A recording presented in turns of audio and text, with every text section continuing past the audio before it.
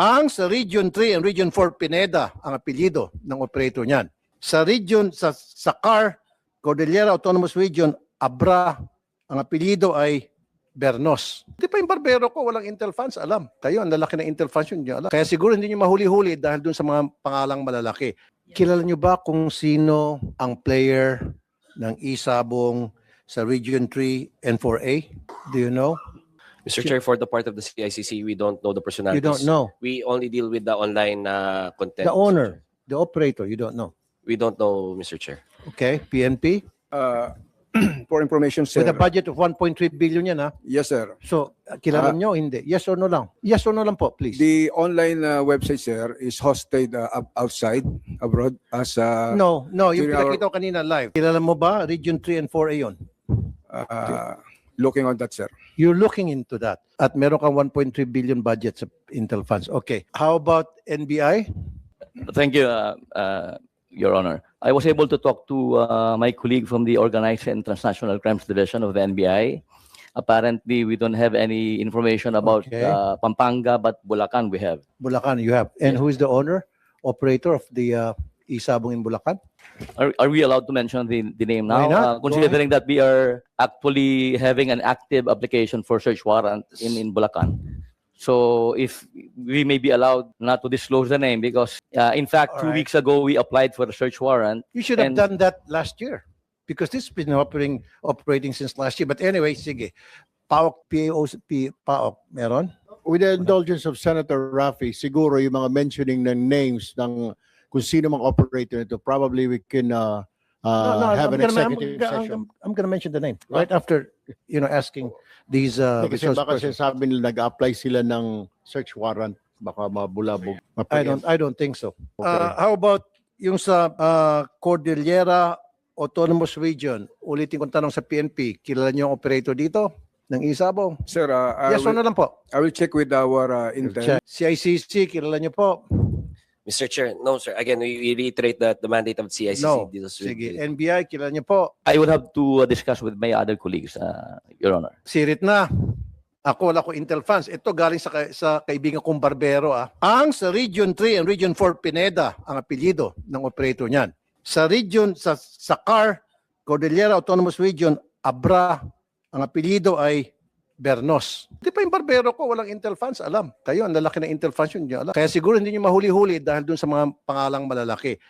Kanina, Senator Win Gatchalian did mention about a site that was temporarily shut down because they received information that we're gonna have a hearing sa Games and Amusement. Yun ay pipitsugin. Yun yung sinasabi kong guerrilla. Kasi takot eh. Pero itong dalawa, even while we speak, tuloy-tuloy pa rin yung kanilang live feed ng isabong. Itong kay Bernos sa Pineda. Hindi nyo kayang hulihin dahil they're very powerful. Tama ba ako, PNP, o tama ako talaga? Hindi nyo kaya hindi nyo kaya si Pineda. Hindi nyo kaya si Bernos. Ngayon, pakita nyo sa amin na kayo po ay nagtatrabaho para sa taong bayan, hindi para sa mga ma-influensya at mga makapangyarihang tao. Kasi PNP ka, di ba, to serve and protect? It seems to me that you're serving and protecting not the taong bayan, but Bernos and Pineda. The interests of Pineda and Bernos. Show it to us. CICC, DICT, NBI, PAOK, show to us Mr. na Chair. kayo ay nagsiserve sa taong bayan at hindi para sa ilan. Mr. Chair, with the permission of the chairman. Sir, with CICC, that's the reason why we don't really deal with names. If it's illegal, we take it down. That's the reason why whoever the person behind any illegal website is, we don't really care, Mr. Chair. So we take it down once it's reported to us and once we verify it's illegal, we take it down, Mr. Chair. I know that, Yusek, but at least man lang, imposibleng hindi nyo alam kung o hindi ka interesado malaman kung sino ang behind the operations of this illegal site para in case you need to file a case against these persons or people, at least meron kayong pangalan na may submit sa korte. Yes or no? Yes, tama? Yes, Mr. Chair. Correct, thank you. I rest my case. Now, dito naman po sa PAGCOR, merong mga e-gambling international. Ito yung sinasabi ni Sen. Erwin na hindi register sa PAGCOR and yet nakapasok dito. I don't know, again, si ICC ang tatamaan dito at napapayagan. So hindi nagbabayad ito ng buwis kasi hindi registered sa PAGCOR eh. Example na lang, itong 1xBet, global betting company. It entered a partnership with the Maharlika Pilipinas Basketball League. Aware kayo dito? So, ba't ninyo tinitake down? Eh, hindi naman to registered sa inyo at hindi allowed. Hindi nagbabayad ng buwis sa Pilipinas. Your Honor, para po sa kaalaman nyo, pinatake down po namin ng MPBL, sa MPBL ang 1xBet at nung pong nagtutournament mismo, kami po ay nagpunta ron at binaba na po nila. Ang totoo po ay hindi na po sponsor ng MPBL ang 1xBet. Sumulat po ang PAGCOR sa organizers ng MPBL at doon po mismo nagpunta ang aming security para ibaba at nag-agree na po ang MPBL, iba na po ang sponsor nila, Your Honor. Ngayon, ito na request ko, Mr. Chair, last na. This is a challenge to the You PNP. still have 5 minutes. Oh, Senator okay. Rafi. To the PNP, CICC, NBI, and then the PAOK. Show to us na hindi kayo incompetent, na hindi kayo friendship ni Pineda at ni Bernos. Ipatigil nyo itong online sabong nila. Hanggang ngayon, ang tapang, di ba? Online pa rin sila. Kahit na alam nila na nag-hearing tayo, online pa rin sila. Papakita pa natin. Play nyo ulit. Live pa rin sila. That's how big time these people are. Because they think they're untouchable because they're a friend of the PNP, they're a friend of the NBI, they're a friend of the CICC and the PAOK. Ayan oh, may nag-text sa akin, boss, nakarating na sa kanila, kay Pineda. Nag-text. Source ko, nakarating na kay Pineda. Anong ginawa ni Pineda? Tuloy lang. Walang respeto. Maging si Bernos, walang respeto dito sa hearing. Walang respeto sa inyo. Bakit walang respeto? What do you think? Ba't walang respeto sa inyo si Pineda at saka si Bernos? Maybe sir, hindi pa nila alam yung ginagawa namin. Hindi pa siguro nila kilala. No. Try again. Why? Eh, kaibigan nyo. As simple as that. Come on, wag na tayo maglokohan dito. PNP, wag na tayo maglokohan dito. Wag mo muna sagot. Bago sumagot. Pag yung mga nagtutupada, ang bilis nyong hulihin. Alam na alam nyo agad kung saan nagtutupada.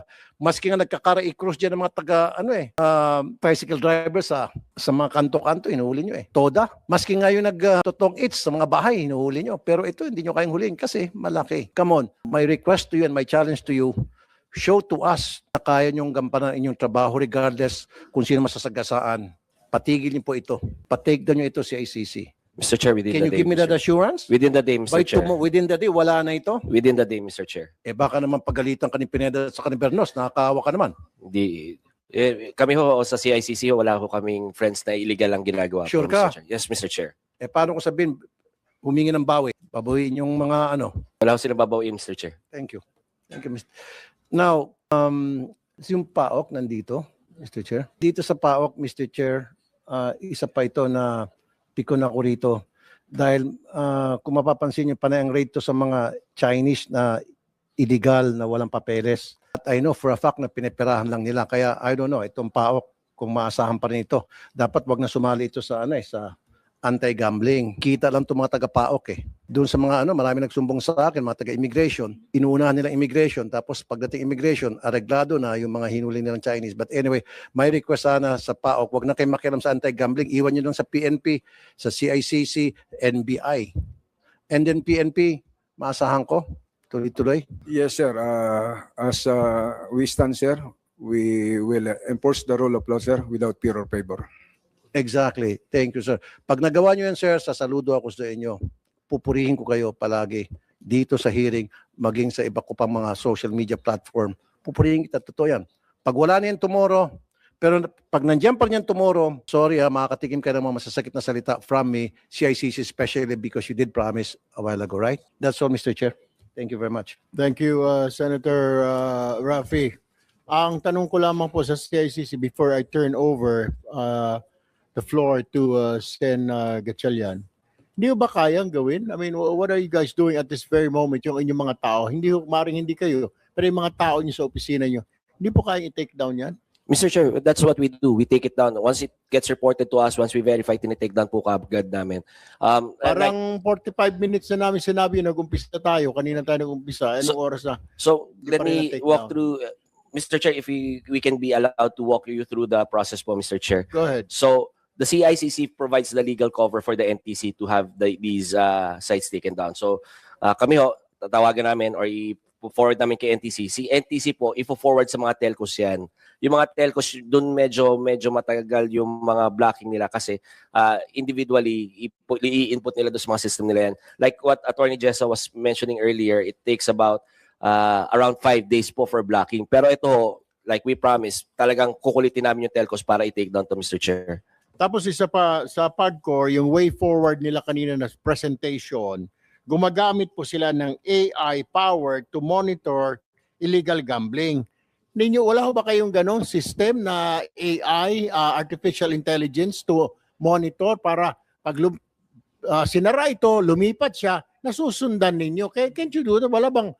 Binigyan naman yata namin ni Senator Win ng pondo kayo, DICT. Mr. Chair, meron ho kaming threat monitoring center pero in scale po eh. Kaya nga ho, ang ginawa ho namin para ho makapag 50,000 sites per month na kami na blocking. We partnered with private sectors na nagbigay ho sa amin ng mga systems. We appreciate po yung budget na binibigay po sa CICC. Ginagamit ho namin ng tama pero because of budgetary challenges, mahal ho kasi ang AI, Mr. Chair. I'm really being honest here na medyo mahal yung AI. But hindi ho naging hadlang sa amin yun to partner up with the private sector para ho pigilan yung mga illegal online gambling sites, Mr. Chair. So wala pa kayo itong AI dahil mahal. Is that what you're saying? Yes, Mr. Chair. Mr. Chair, pwede makasingit. Go ahead. Kung mahal, ba't hindi kayo humingi ng support sa PAGCOR? And I think PAGCOR will be more than happy and willing to help. Tama ba, PAGCOR? Your Honor, gusto ko pong ipaalam sa inyo, lahat po nung nakikita namin araw-araw through our AI-powered tools, automatic po, pinapadala na po namin sa CICC. Oh, yun naman at sa pala eh. NTC. Yes, Mr. Chair. At lahat Yun ng po ang ginagawa namin, araw-araw po, halos sa isang buwan, 3,000, 4,000, yun po, kaagad naming pino-forward sa kanila para ma-action na nilang ma-block dahil wala Agad-agad. po kaming authority na mag-block eh. So kaagad po yung we share, we corroborate with them at yun nga po ang binalita ni Attorney Fernandez earlier, talaga namang na-reduce po yung blocking time. Kaya lang, may mga rason po. Mabagal lang si ICC. Hindi naman po ganun kabagal. So, Bimilis na CICC, po. nabubuking kayo si ICC.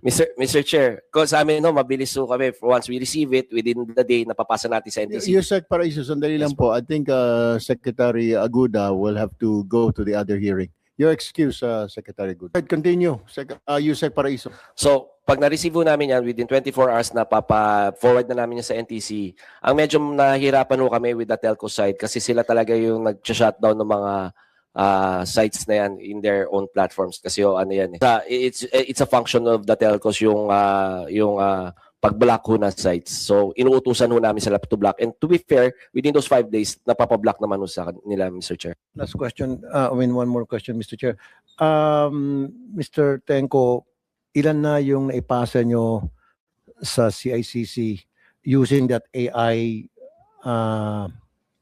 program na mga illegal gambling sites? Ang report po namin sa kanila nito pong 2025 at early part of 2026, meron pong 7,800 po. 7,800. Ang na-block po nila ay 7,500 po or 96%.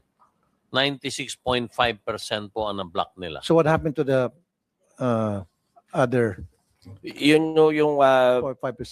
inaano ho namin yan eh. So pag yung dapat to tama ko 100% ang blocking ho namin eh. So pag binagay namin sa telcos baka may nakakaligtaan yung telcos. So we're developing a system para lahat ko kami may dashboard para makita ko ano-ano yung mga sites na nabablock nila. And to further elaborate on what Chairman Ali is saying, sir, tama ho, 7,000 na yung binibigay nila. Pero ngayon no, because of the partnership with the private sector, meron na ho kami, ang average na namin ngayon starting February is around 50,000 sites per month na po kami ngayon. Ngayon, Mr. Tenko, for the year 2026, this year, ilan na po yung nasubmit nyo sa CICC for Para blocking? po sa taong 2026, ang i-report po namin sa kanila yung 1,406. 1,406. At doon po, malugod ko pong binabalita, yung 1,406 po na block nila. So Total. ang average po nila this January, 100%. Good job. Pero ang hindi nyo kaya, si Bernas Capineda. Di ba? For all we know, yung mga libo-libo binabanggit ni Mr. Tenko, mga pipitsugin yun, mga gerilla yun. Pero si Bernas Pineda, hindi nyo kaya. Mr. Chair, we committed within the day, Mr. Thank Chair. you.